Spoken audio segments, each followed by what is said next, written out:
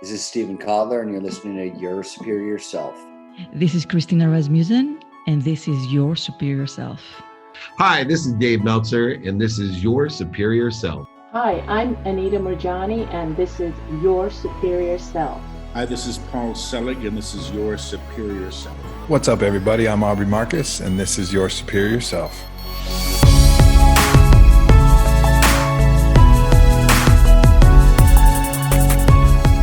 What is up, beautiful people? Welcome back.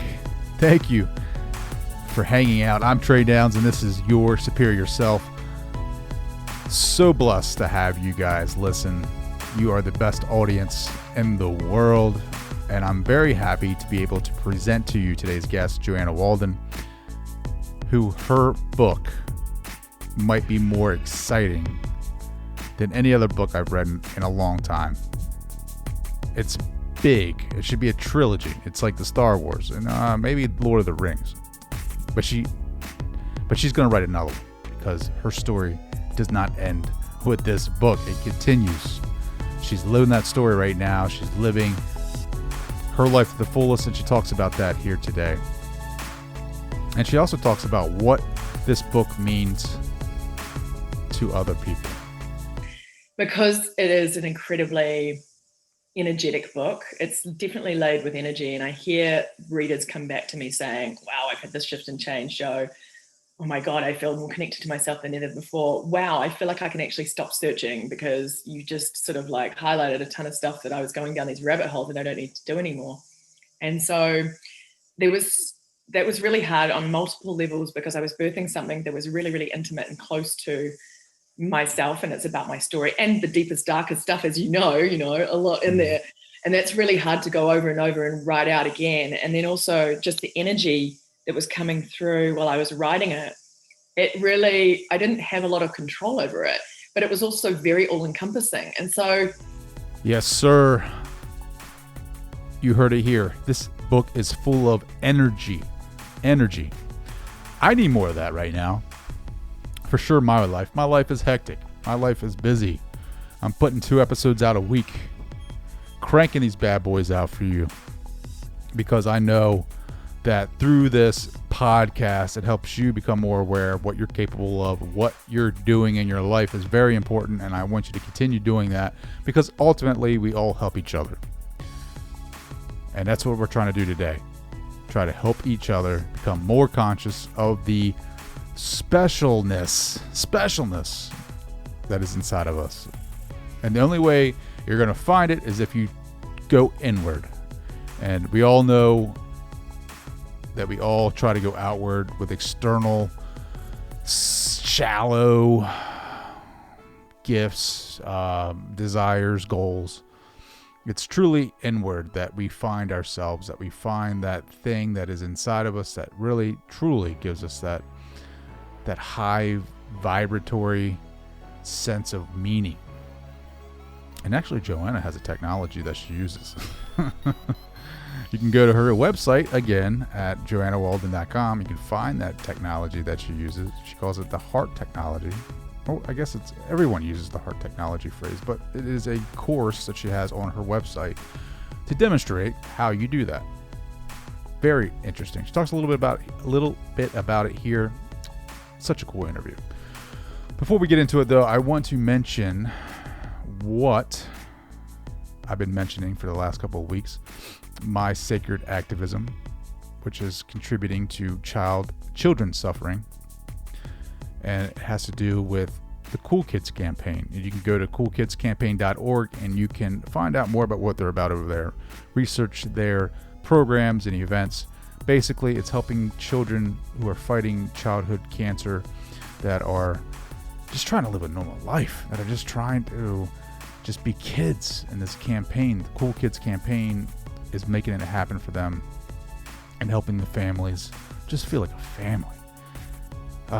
It's so painful to think about kids suffering and families suffering. And this program, this campaign is contributing to that and trying to relieve some of that suffering for them.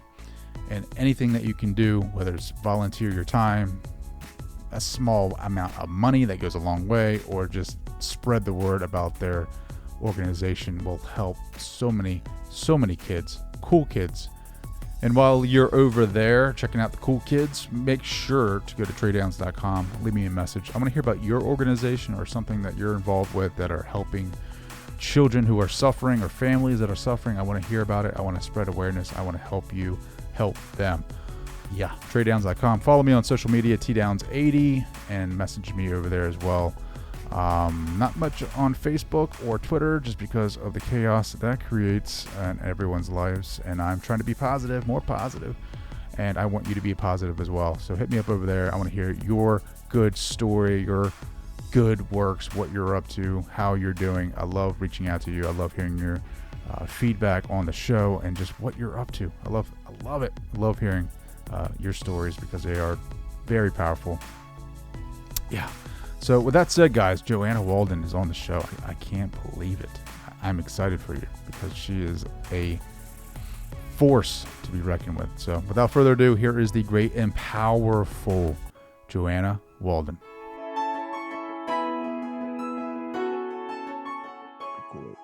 All right, go ahead.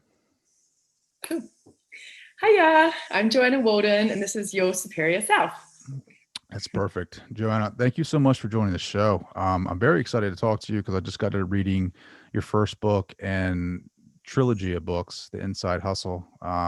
Very fantastic storytelling. It's a memoir. It's fascinating. It's true story. Thank you for joining the show. Thanks for having me. So you've lived a quite incredible life. What inspired this book? Was somebody like you've have so many great stories. You have lived an amazing life so far. Like, you need to write this down in a book. Like, how did that come about? No, well, for starters, my background is traditionally in advertising. So I was living and working in advertising in New Zealand and then in New York and London. And I just wasn't really deeply fulfilled within that career, even though I was pretty good at it.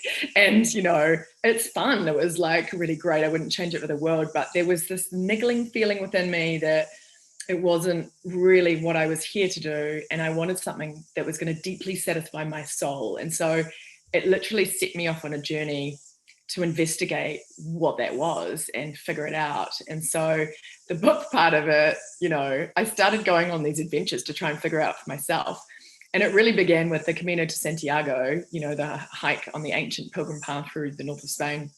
And I'd read this Shirley MacLaine book, and she'd had all these amazing spiritual experiences and these amazing shifts and changes, and she basically had the experience of the universe itself and all this really out there stuff. And I was like, I want to go and do what Shirley's done. I want to get the answers. I want to go and get zapped by this amazing ley lines through the Milky Way that corresponds with this pilgrim path. And when I did it, I started just writing. I mean, I've always been writing my whole time, lots of diaries, all that kind of stuff. But I was writing my adventures every day. And this was before the days of social media. So I was emailing it out to my email list.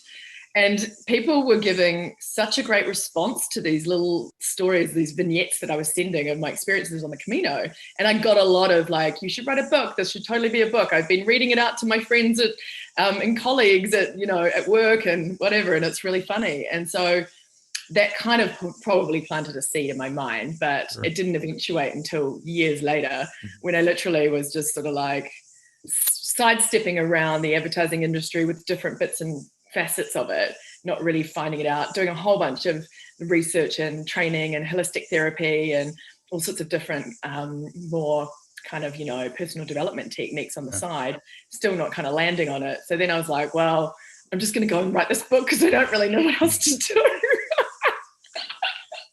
Well, you were in that was your field then.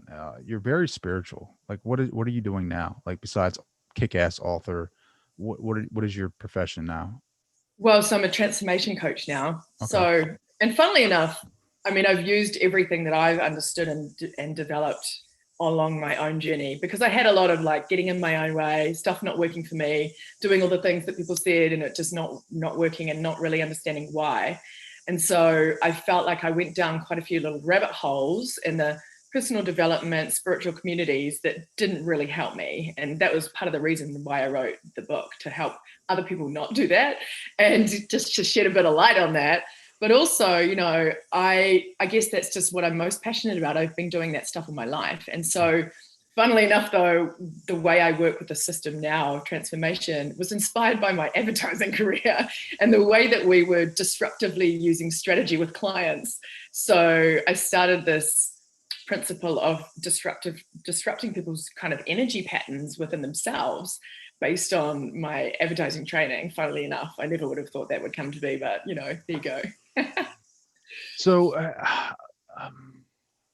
I'm becoming more spiritual. I am very open-minded to meditation and trying to channel that higher self, that higher consciousness. I'm a big believer in energy, as you are too, right? I mean, just from the book. And some of the experiences are pretty intense. Can you talk about, like, you know, the most intense experience that you've had thus far, as far as, like, you know, reaching that higher self or having like an intense meditation or experience where you felt like you connected with that higher self? Yeah, I had an experience when I was in Brazil, and I was at a very controversial kind of spiritual retreat center called Jump God. But despite all of the sort of like controversy around that whole, I was having my own experience. I was very much in my own development there. And I was going, and you do these daily meditations, well, it's about 3 days a week when the casa was open. And I mean, these are deep diving into meditation. I mean, sometimes you're there from anywhere up to sort of 7 hours at a time. And there were times when I started to understand the different energies that were coming in and working with us. So I could sort of start to pick that out, like before they even told us who was in. And I started experiencing some incredibly high frequency energies that I can only describe as sort of the most incredible, unconditional love of eternity that we are, that came through. And all I would do, I just cry. I mean, all you can do is cry. It's something beyond almost description and beyond almost emotion, but it was just flooding out of me. I just felt this and really, really intense and amazing sense of just almost being like embraced by this universal loving energy.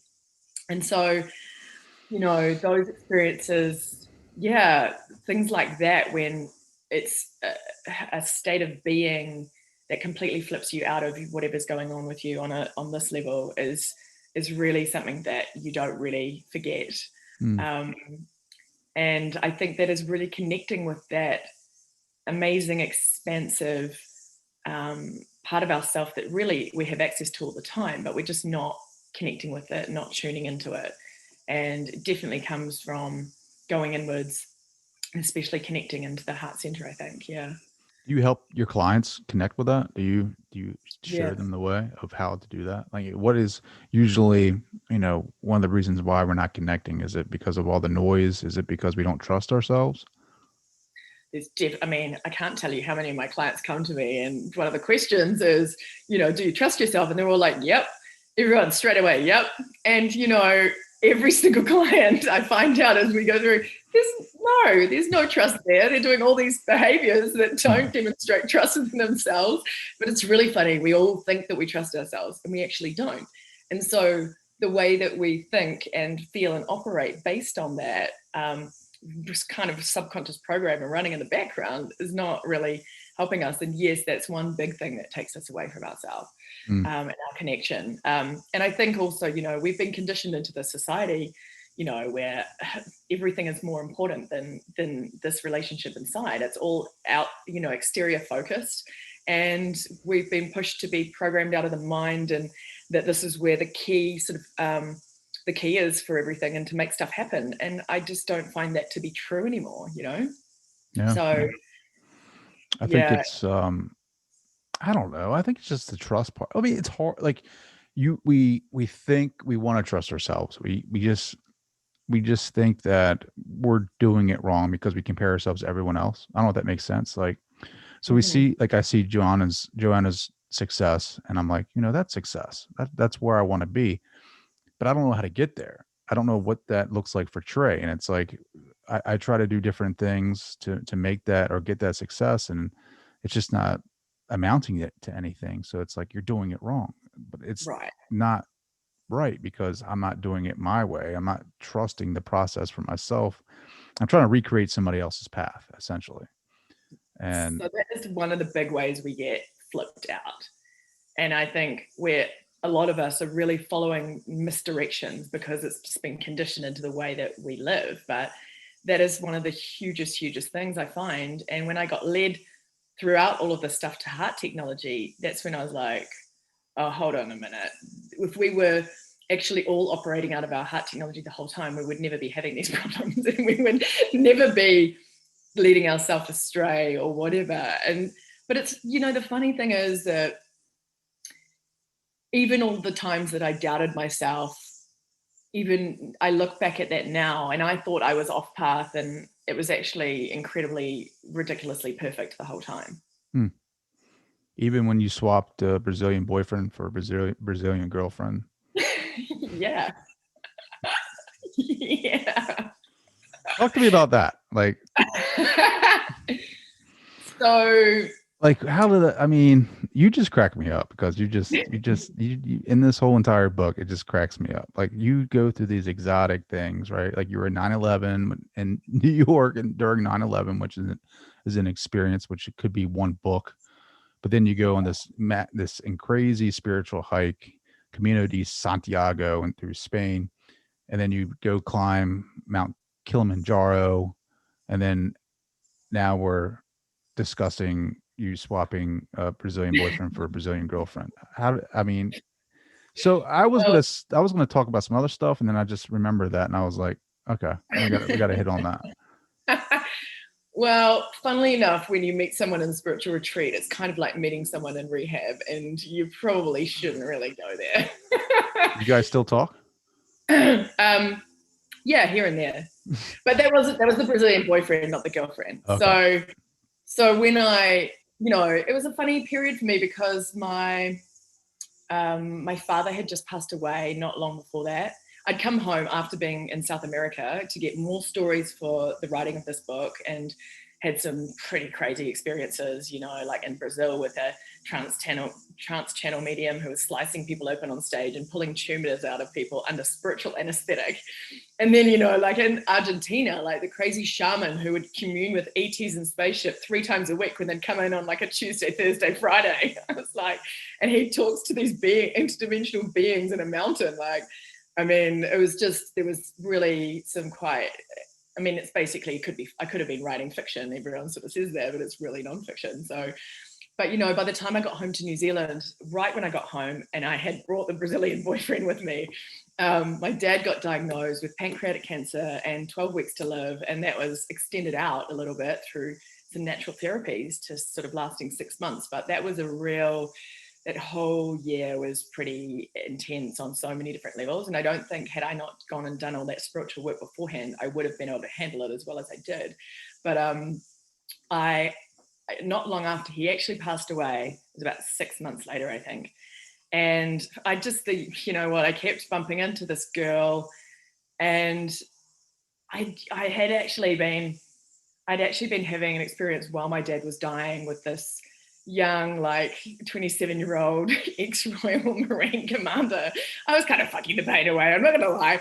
And but it was kind of fun at the same time. And it turned out he actually had a girlfriend, but they were in an open relationship. So then I was sort of being invited to partake in that relationship with them. And then it never really happened because I think I just got a bit frustrated with the whole situation. And then so it was sort of like this carrot that was dangled, and then I never went there. And then cut to, enter stage left for the Brazilian girlfriend because it was because I'd had that unfulfilled thing with the couple. And then she, being someone who'd always had relationships with men and women, came in and, we were sort of on the search for a guy to have this experience with, but it never really happened. And I realized that what she really wanted was me. And I ended up in this relationship with her. And I'm not even, like, I've never been bisexual or whatever label people want to put on it these days. There's so many, I can't keep up. But, you know, I was always very open, but it wasn't something I was like I've never been really naturally attracted to girls or anything like that. But this was very much a soul, something going on a soul level. And I had to dive into the deepest, darkest parts of me. And it was a huge trigger for my self-doubt. It was a huge trigger for me really trusting myself, funnily enough. It was like this, you know, all of the work I'd been doing on everything came up into this experience to really challenge me on all the different levels where I thought I was like, kind of, you know, like, oh yeah, I'm great with that now. And I knew in my heart that it was a soul experience. So even though for me, the sexual side of the relationship wasn't really kind of where I wanted it to be, there was so many other factors that we were working through. And I was in love with her as a person. I just wasn't incredibly sexually attracted to her like I've been with other lovers. So I continued on it because I knew I had to, it was like I had to do it. I just knew inside that that's what I had to do for a while. And so I went with it and I explored it and I opened up doors to parts of myself that I never knew were in there. And I opened up some of the deepest, darkest shadows that were lying around and was confronted with a whole ton of stuff about me and, you know, old things from, you know, years and years ago at school with, you know, worried about people judging you and all that kind of, it was really, really old stuff that was coming out to be cleared. So it was a fascinating experience and I definitely wouldn't change it for the world, but it's something, I mean, that came out of left field for me, that really did. And I guess I was blown open by my dad dying anyway. So it was like, it just kind of, it went on from that. So it was one of those things that, I mean, I think it takes a bit of guts to do that when part of you's like, oh, this is not quite right, but I almost know I have to do this for a level that's bigger than my human experience right here, because I was understanding it from a completely other energetic level. And so that's beautiful. I think that's great. I think that it is, like you said, like you're experiencing, or you're going to the deepest, darkest part of yourself, and you're finally seeing yourself, right? And getting to know that source of who you are, and to deal with that. I mean, I'm joking, you know, I joke with you, but it's like very, very beautiful, right? Like it's very, I mean, that's just part of the story that I really was like, man, that's interesting. Like that just, you know, that's just amazing. But then like another part that I wanted to talk to you about was like you talked about your dad dying, and like there was a part in your book where you were like, he asked you or something, like if he, or was it like he asked you if he was going to make it or something, or something like, and then you knew that he wasn't going to make it. And I wanted to ask you, like, how did you know that? Like, why did you know that? You know, because I felt his, you know, basically he said to me, we were sitting there and he said, do you think I can really do this? You know, do you, and then I just knew he wasn't going to make it, because if he was doubting himself and he didn't know if he was going to make it, could he really make it? I just knew that it was over. Like, and I just, you know, I just knew that he was in a place mentally and emotionally that he was already kind of checked out, and I didn't think that really anything was going to be able to save him. And I kind of just knew that inherently within my being. Wow. But it's hard when your dad is standing there asking you if you, and he's like your hero, and he's like I mean, he was an amazing character. He was very sort of like, you know, semi-famous in the advertising world here in New Zealand. That's how I ended up in advertising, being around it. And, you know, I mean, I think the golden days of that industry were, you know, in the 70s and 80s, but it was still a very, very fun place to work. And he was a huge character around town. You know, he was just very, very enigmatic and powerful and caring and generous. And so, you know, when that hero who's always known what to do and has always led the charge and has always got the solution to any problem is sitting there telling you, questioning if you think that he can do it, then, you know, my world just crumbled. But, you know. You said it was 6 months after that he passed. 6 months after that? Yeah. Yeah. That's pretty tough. Do you ever seek, like, connect with him from on the other side? Are you able to do that? Do you go to, like, do you seek that out? Like, I've been really, not, I guess, researching or just kind of like just experiencing stuff for myself, like going on these guided meditations and, like, having, I don't know if you've read Christina Rasmussen, who is I think she's the author of Where Did You Go, where you can actually do these meditations, and or is it her? Anyway, she lost her husband and she has a great book out, and you're able to go basically in the non-physical, non-form reality and contact them and have conversations, and, like, it feels real. Like, I mean, I have definitely been able, and she teaches this. It's crazy. It's like you're able to bring things back with you and manifest it into the physical. Like, it's crazy. Have you done any of that? So I've done sort of similar kind of things. I haven't heard about her specifically, but I have You to need to check check it her out. out. Check Yeah, her I out. mean, I love all that stuff. It's like totally my I jam. know you do. I've read your book. I know who you are. I feel like I've known you for Yeah, I years. know, right? But yes, I had some experiences. He's visited me a couple of times, and I've smelt the cigar smoke. And he used to smoke a lot of cigars. And I remember not long after he passed away that I smelt cigar smoke where I was in my bedroom.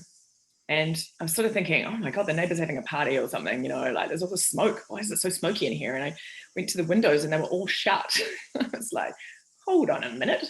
And then I realized that he was visiting me, and that's happened a few times. The cigar smoke when I'm in bed. It's always when I'm in bed, I guess, just going to sleep, that I get visited.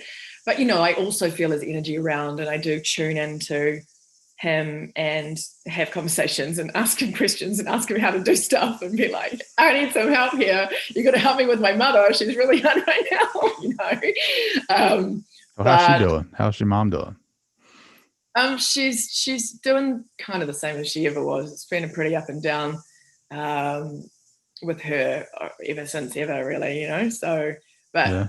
I mean, I think when you lose a partner of 40 years, that's going to be really, really hard for any person. Absolutely. Well, how are you doing? I mean, you've had this amazing journey. You've had this up and down, like from darkness to light, incredible journey. Is there someone you're hanging out with? Is there, have you found that New Zealand boyfriend? What is it looking like for you?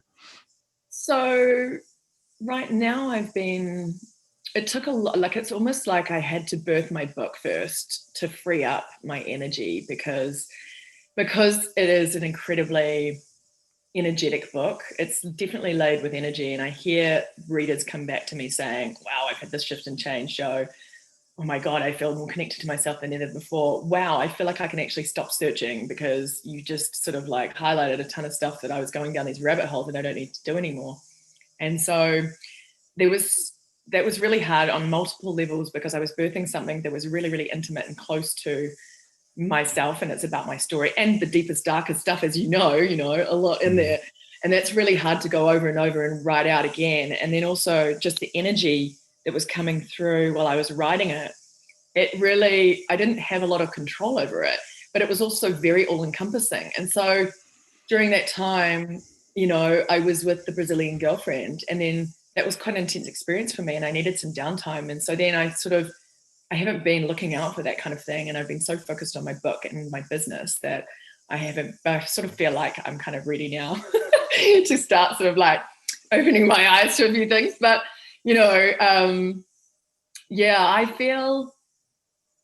I just feel like everything is happening in the right space around me, and I don't really feel the need to sort of push and find and seek anymore, because it seems to just have its own timeline that needs to happen when it happens, and it's not really controlled by me. If there's anything that I realized, I honestly wanted to birth this book like 2 years ago, and it wouldn't happen. And I kept getting challenge after challenge. And even when I got to the editing process, that took twice as long. And then the proofreading, they lost all the changes and had to start all over again. And just some quite funny things were happening with the timing of this book. And then funnily enough, it was right at the first lockdown last year in March that suddenly this whole COVID thing was hitting off. And suddenly this book was ready to go. And I was like, this is weird. And it wasn't the launch I was planning. I was planning on launching it in a couple of months in a big old event and did the traditional way.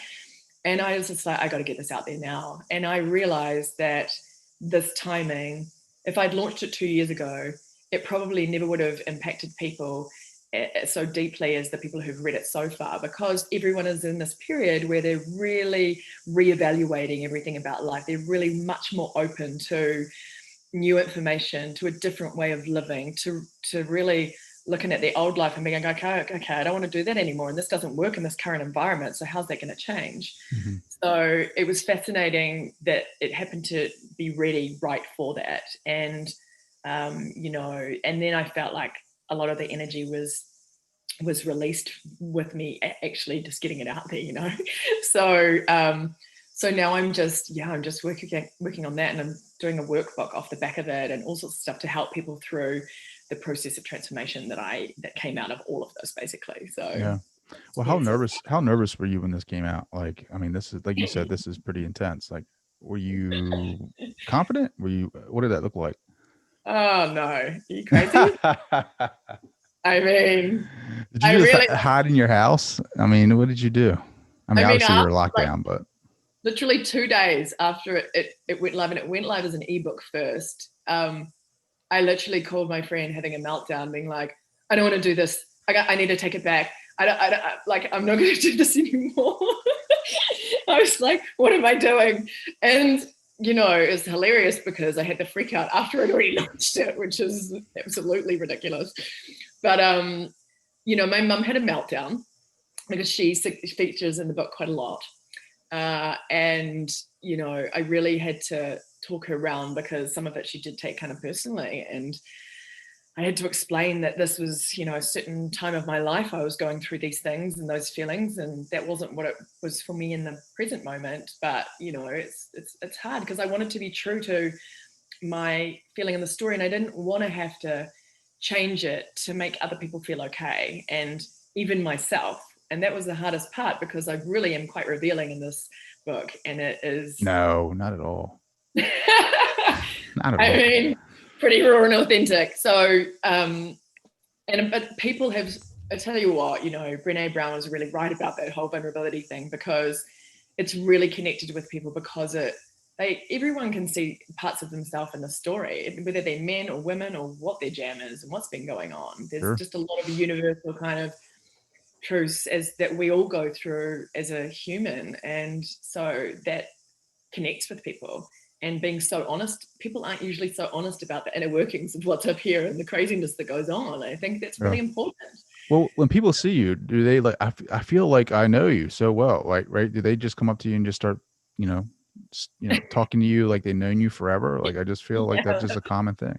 A little bit. Yeah, they're just like, funny. Hey, remember that Tommy? Remember that boyfriend, girlfriend? I mean, it's just crazy. I mean, the healer stuff is pretty intense. Like, what did you leave out in this book? Like, I want to know that. Like, what did you leave out? Like, because I mean, it's pretty intense. I mean, gosh, there's so much that got left out. You just can't fit everything in a book like this. And I would have lost the reader so many times had I put everything in there.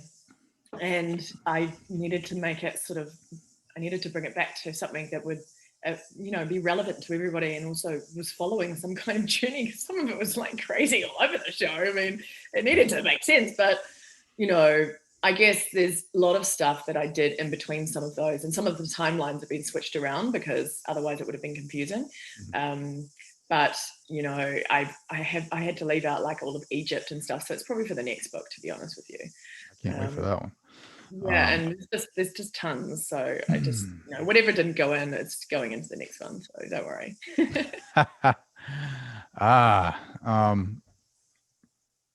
Talk about so I feel like we're very similar because, like, I was telling you before air, I'm on that same spiritual path. So like that, trying to find the one, oneself, finding that higher. What is the purpose here? Like why am I here? I'm on this rotating ball in space. Yeah. With a bunch of other people. And it seems like we're not here just to have a 9 to 5, work for the weekends, or, it's like, what am I here for? Did you ever figure that out for yourself? For me, it kind of changes as I evolve, to be totally honest with you.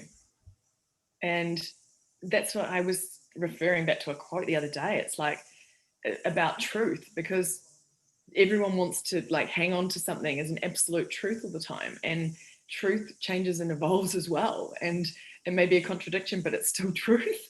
And there's things that people have thought of absolute that have ebbed and changed. I mean, science is in a constant state of evolution as well. Everything really is. We all are. Nature is. And so, with that, my understanding keeps sort of expanding, or keeps almost kind of neutralizing itself in a way, because I just feel like it changes day to day with what's been coming up and what messages I'm getting. And part of me is just like, you don't need to figure any of this out, Joe. And that's kind of a red herring in the whole thing. And, it's actually better, in order to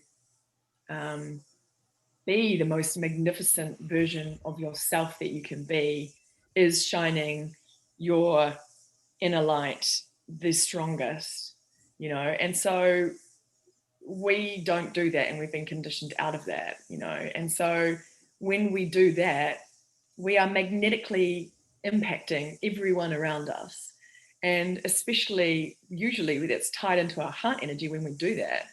And this isn't just about warm fuzzies and love and all that kind of stuff. It's really about this that love that I was talking about before, and that experience, and in the meditation that I was having, of that eternal divine love that is not the love that you see in the movies, but it's like more of this feeling that emanates, and it's so beautifully compassionate and expansive and loving that it just almost like wipes everything else out. And so when I think we get into that state within ourselves, when we are true to ourselves and we are in our power, being the most magnificent version of who we are, that has a ricochet effect around the planet, which is going through a state of transition and change and rebalancing at the moment. Sure. So I really feel like that's the gem. It's for everyone to be who they are in all of this. There's a lot of like lost kind of paths and diversions that we get going down, which all actually still legit lead to the same place, I think.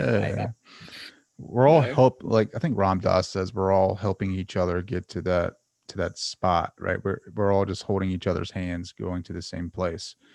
Do you have you ever found that lovingness, that I guess that unit? I don't even know how to explain. I've never experienced that before. Have you done that sense, or felt that sense? So I've been really basically, my latest journey in the last few years has been with heart technology. So, and I think I touched on it briefly in the back end of the book, but I get a lot of messages in my dreams, basically from high dimensional aspects of myself.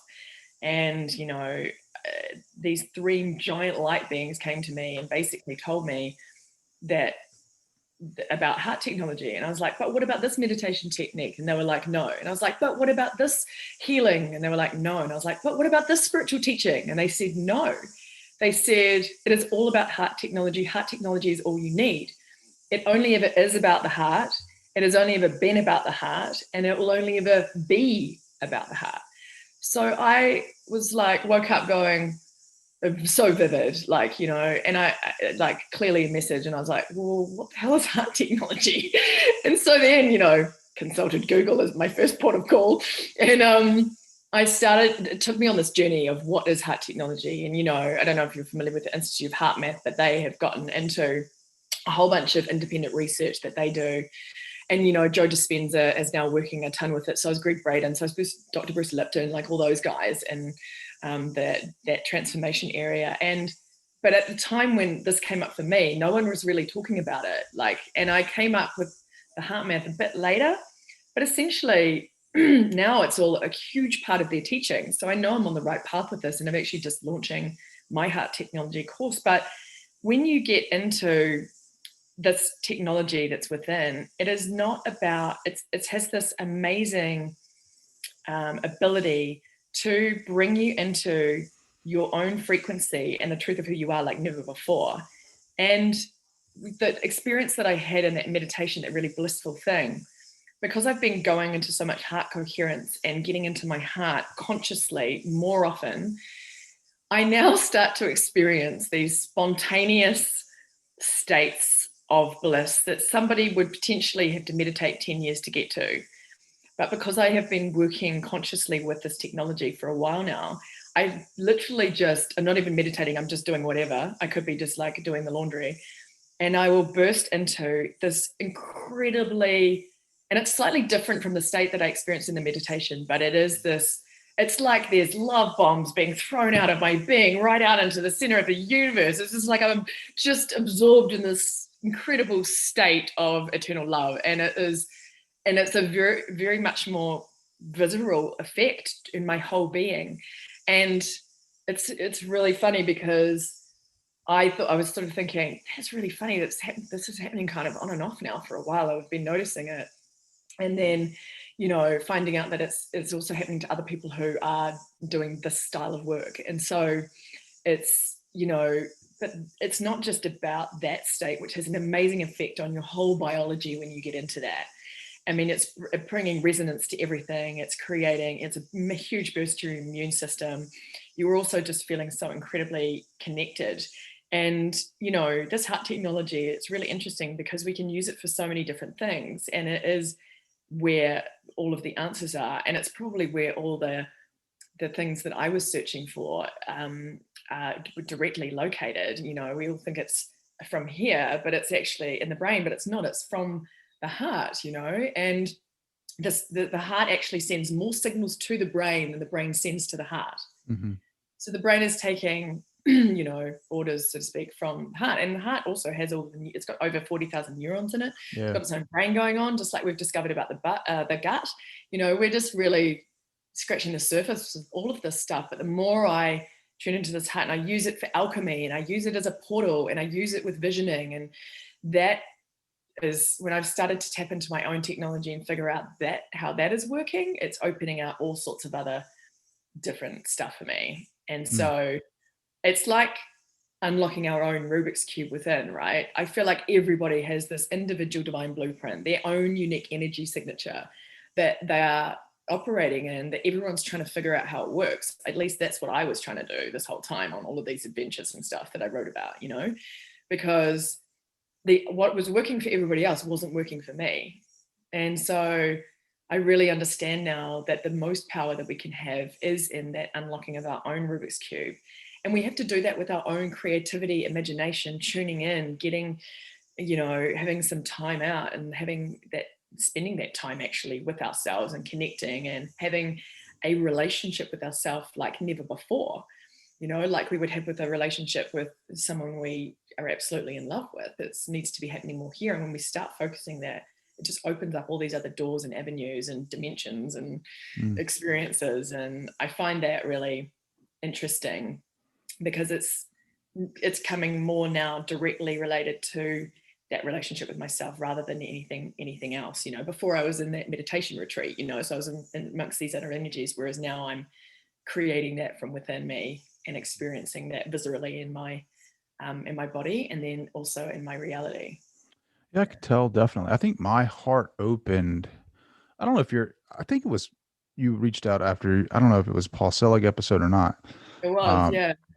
My heart definitely in that interview, I talk about it a little bit. Like I saw him in person and he was doing his thing, and like I just felt like a nice warm vibrate, like a nice, like I've never felt it before. I never felt that warmth, that just this feeling. And I think that was the start of my heart.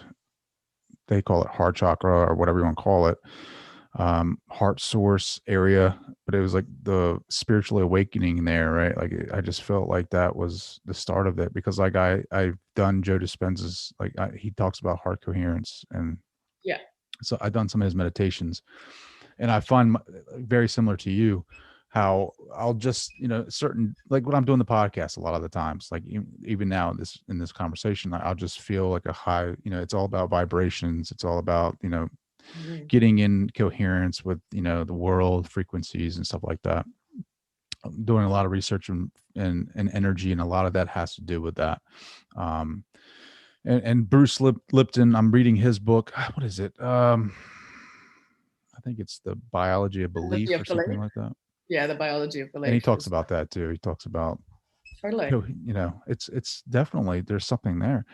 How do you, Joanna, get into that heart coherence? Is it through meditation? Is it, like you say, you can be doing the laundry and you can feel the heart start vibrating and get warm and expand? But what is your heart technology that you're, give us some tips. I know you're getting ready to release it, right? But what is totally. it? Yeah. When like the simplest way to connect into your heart is literally to draw your attention, which you can do anytime. You could be driving and you could just bring your attention here.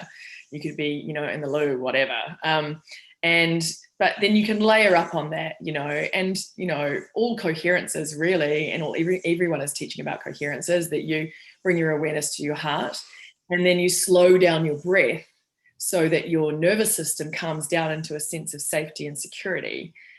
So you're breathing in, and then breathing out really slowly, and then just doing a few breaths of that.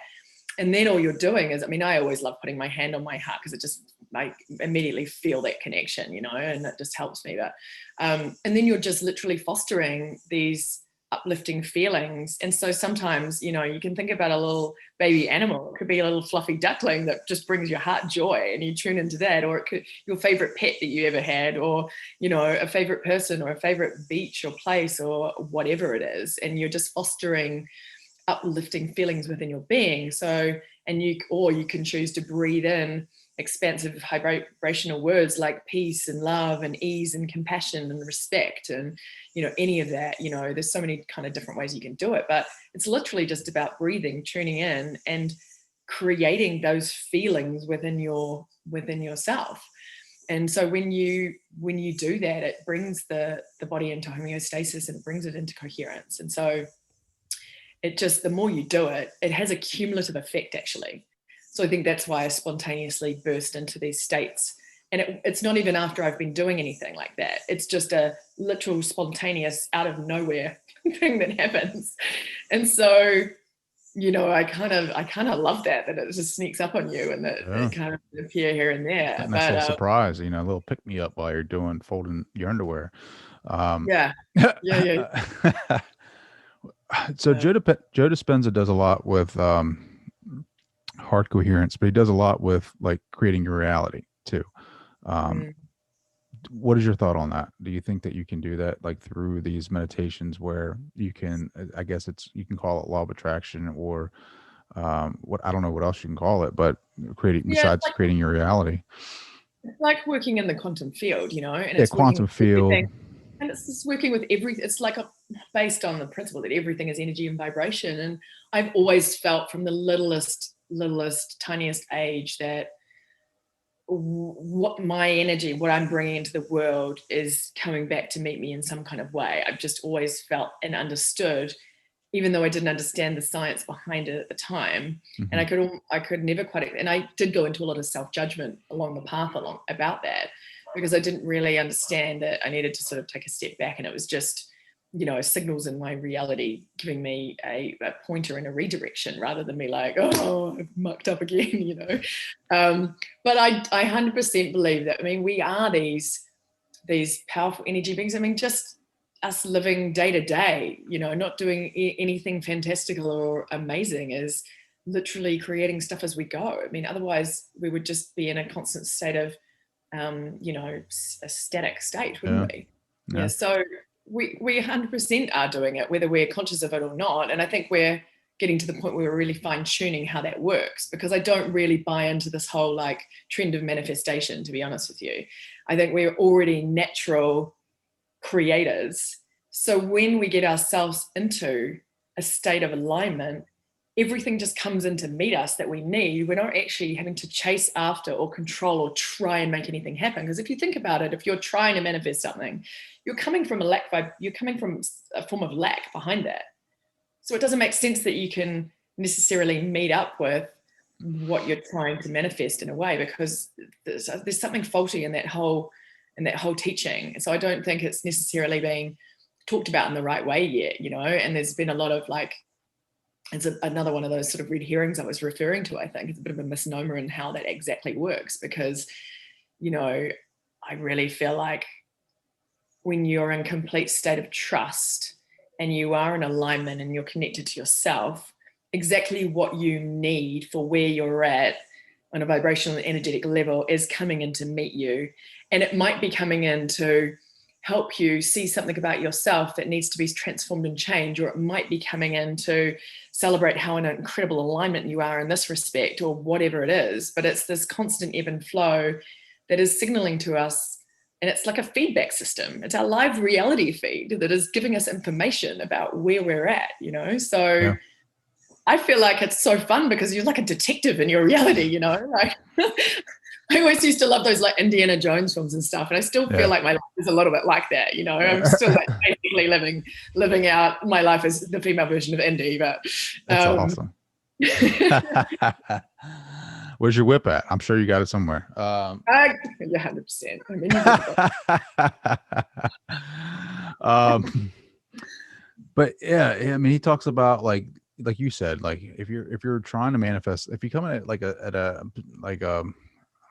out of lack, right? Like I don't think you ever manifest it, but like what Joe talks about is like already act like you have it, and then if you're coming in from that place, then somehow the science, and he talks about that in his books, where the body, the field will not automatically, but more than likely bring it to you, because everything is pushing you. Like if you already act like you have something and you're expressing that through your body and through the field, then it like it like tricks itself somehow. I don't know how it tricks the field, but it starts bringing those things to you. yeah, I don't absolutely. know, but it's pretty powerful. I mean, he legitimately believes this stuff, and he talks about it. And to put his first book, I don't know if you know this, his very first book, I don't know if he was a doctor or not, but he was inspired by the Ramtha books. Are you familiar with those at all? Yeah, like one fell off the shelf at my mum years and years ago. Like, Are you serious? yeah, Wow, that's crazy. Like she was on holiday in Fiji, and this book, she was in the like a resort, like, you know, library or whatever, and this book just fell off the shelf in front of her, and it was a Ramtha book. Well, he talks about when he was laid up because he was hurt. He had gotten hit.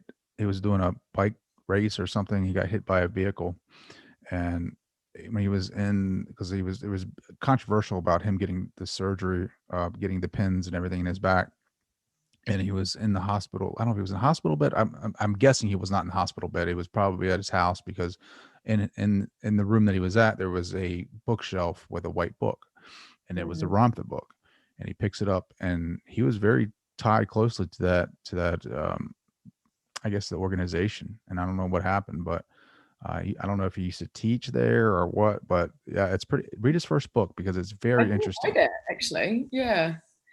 It's fascinating, because I've really come to a place where I sort of feel like what I have been bringing through in my work and all this is really for the next phase that we're all going into as humanity, which is really identifying with ourselves as the sovereign being, as the authority over everything, including spiritual beings, and I just always am very conscious to make, I call in my mastery, I call in the angelic part of myself, I call forth all of those different aspects of myself when I'm working energetically with my own field.